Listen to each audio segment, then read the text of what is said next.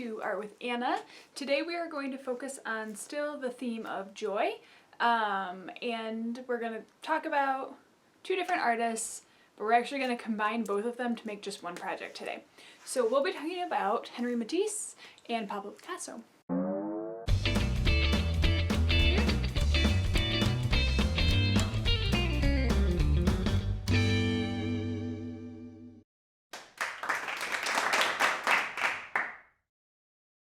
Now, the reason we're talking about them is because Henri Matisse made a painting called The Joy of Life. And that's kind of the title that we're focusing on this month. And his painting is of a bunch of people who are in a park, all enjoying different things. So if we look closely, we'll see people who are in love and kissing. We'll see someone playing an instrument. We'll see people dancing, people with animals. So in this scene, it's a bunch of people who are doing things outside that make them happy. Just yesterday, it was one of the warmest and sunniest days in Michigan. I went outside and spent my whole day outside. So that's what I'll kind of be thinking about today. But that's kind of what Henri Matisse was thinking about in his work of art. So we'll look at that work of art, talk a little bit about that, and then get a little bit into Pablo Picasso. But first, let's talk about the supplies we need. Alright, before we talk about all the supplies we need, this supply is not mandatory.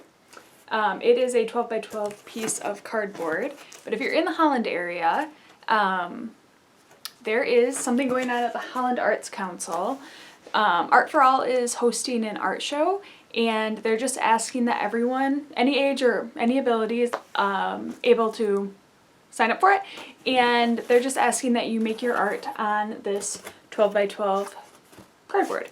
So we will be making, for this art project, a piece of art that goes on this, simply because entries are due the 27th, so it's coming up. You don't have to make it 12 by 12. This is what I'll be using today. If you're at Benjamin's Hope and you want to use it for this project, you can. If you have a different idea for your board, do that. You don't have to use it for this, but for this purpose, for the purpose of this video and the Art for All art show, virtual art show, I'll be using this today. Okay, now mandatory supplies are up next. All right, so what we're gonna need today is some pink paper or any warm tone. So pink, red, or orange. We're also going to need the same colors of paint. We're going to need a dish of water, a paintbrush. We'll need the colors white and black. We'll need scissors. And if you're using the cardboard, really actually just in general, you will need glue or tape. Alright, so the Joy of Life painting that we are thinking about with Matisse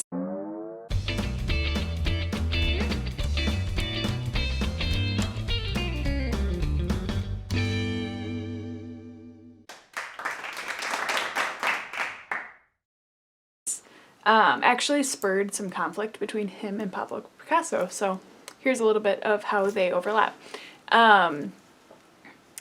Some art collectors bought the piece The Joy of Life by Henri Matisse, hung it up in their house very proudly, and Pablo Picasso came over, saw it, got jealous.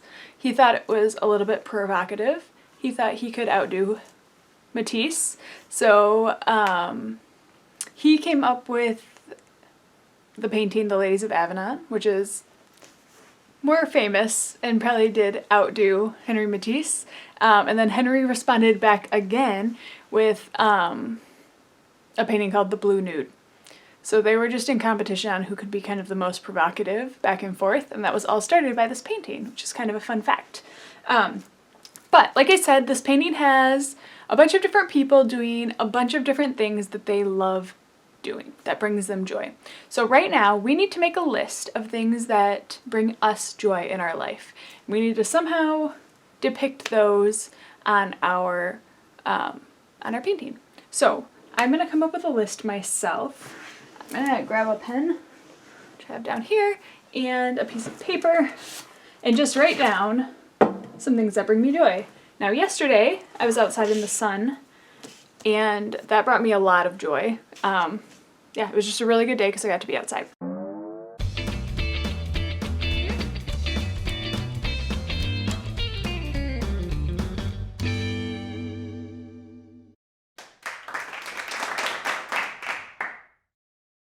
So I will say the sunshine. There were also birds kind of attacking each other, but chirping really nicely that I got to watch outside yesterday. So I'm going to say birds. Also just being outside in the grass and seeing all the green leaves that are finally no longer buds. The rain today has helped a lot. The leaves are really peeking through. So seeing leaves made me happy and generally does make me happy. Those are 3 things that I can think of that I like doing that bring me joy. So I am going to incorporate those 3 things into my painting. So you pause this video, come up with at least 3 things that bring you joy that you want to depict in your painting, and then we'll talk about our paint colors. Alright, let's talk about the colors that I've chosen and why I've chosen them. Now, our guy Pablo Picasso is probably, well, he is most famously known for his art period, the Blue Period.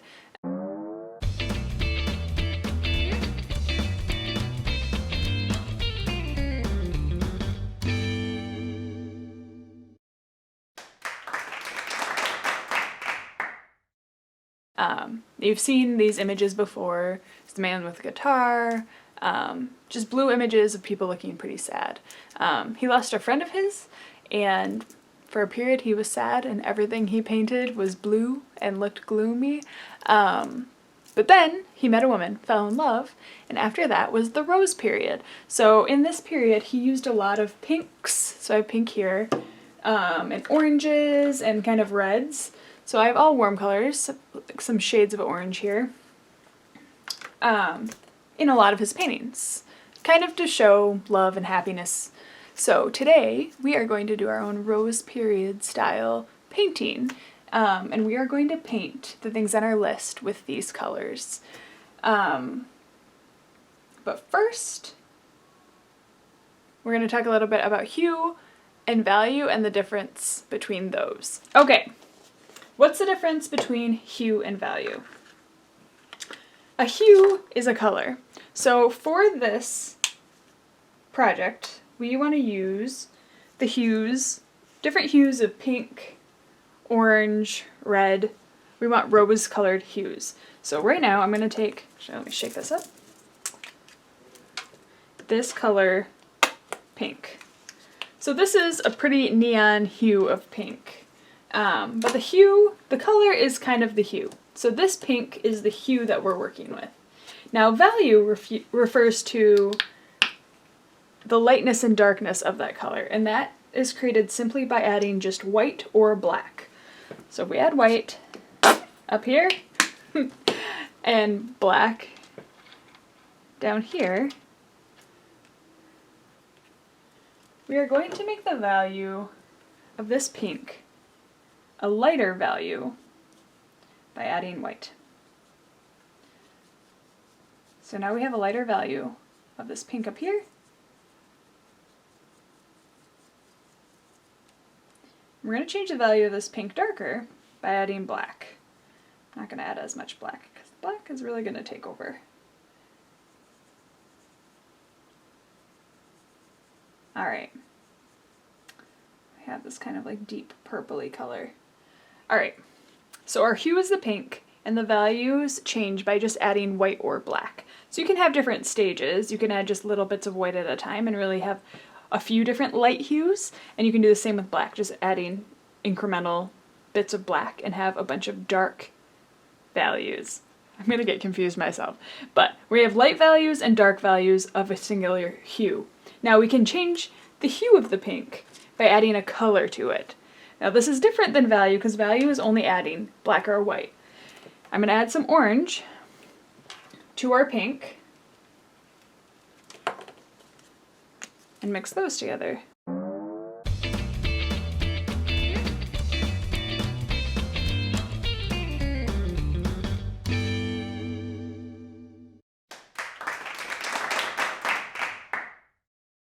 Alright, so I'm adding this kind of, I think it's burnt sienna. Yeah, burnt sienna, it's an orange color, to this pink. So now I have a different hue, because I've changed the color, but not by adding white or black. So I have a different hue, but we can still change the value of this new hue. So we have a new color, a new hue of pink, but we can change the value again by adding what two colors?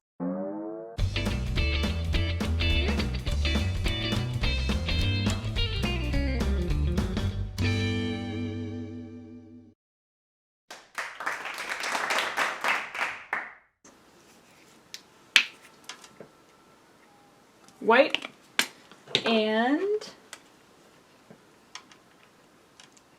black. So every hue can have different values. And that's kind of a summary of hue versus value. So when we're doing this painting,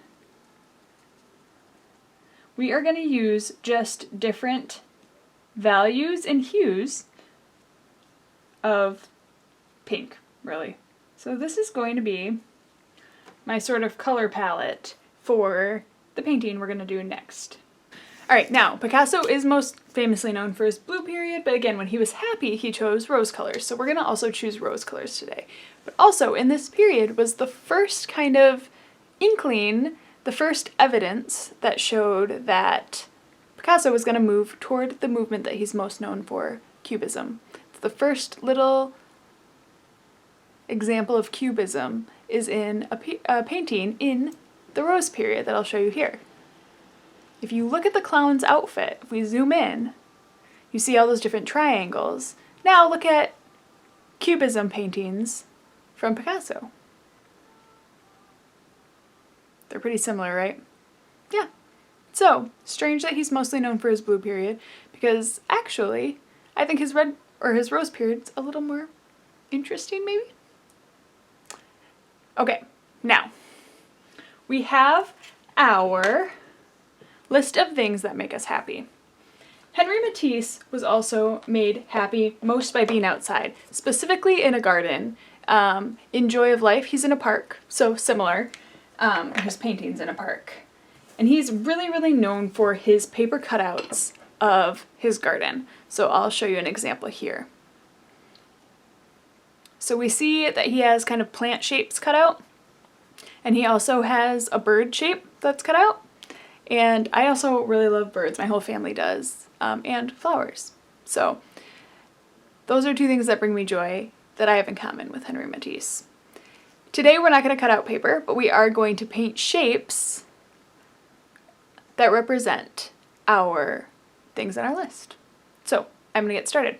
Now what I have written down on my list of things that bring me joy is sunshine, birds, and leaves. So I am going to take one of my hues of color and I'm going to make a big circle in this kind of orangey, bright, bright pink to represent the sun.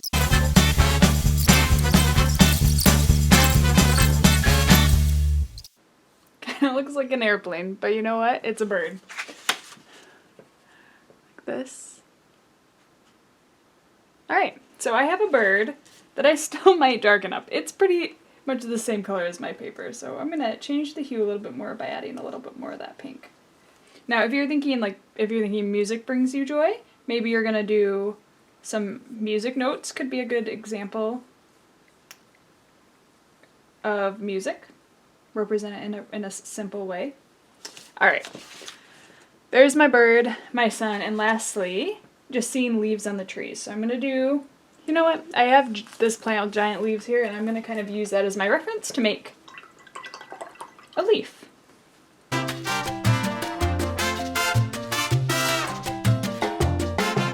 This is more of a regular leaf shape. Alright, and you know what, I'm going to add some rays of sunshine in this color over here.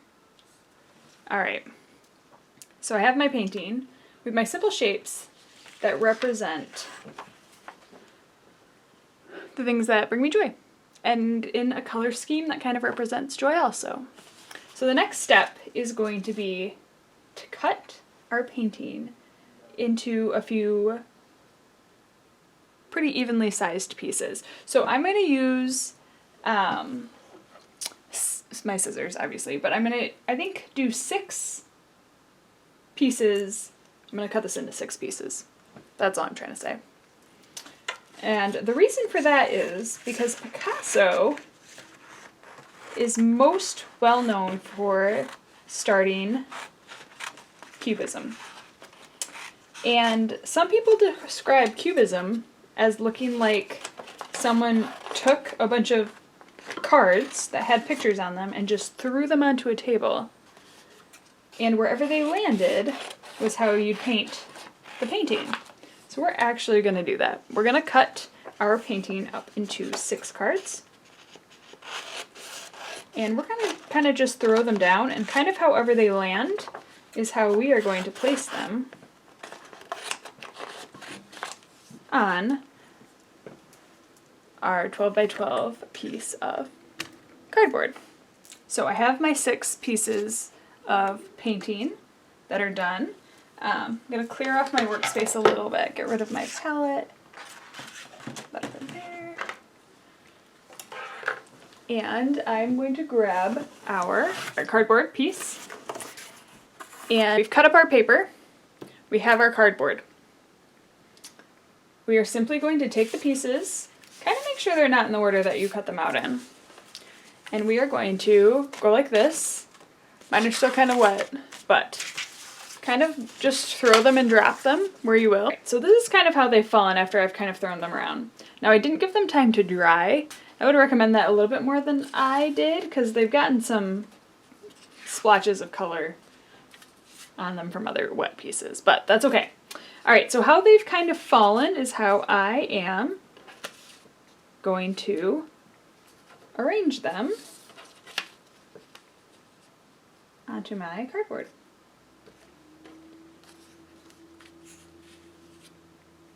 This is my arrangement. As you can see, my leaf fell kind of perfectly, but all of these other ones kind of fell in random arrangements. So now I have kind of an interesting combination of things. So I have kind of a style of painting like Matisse.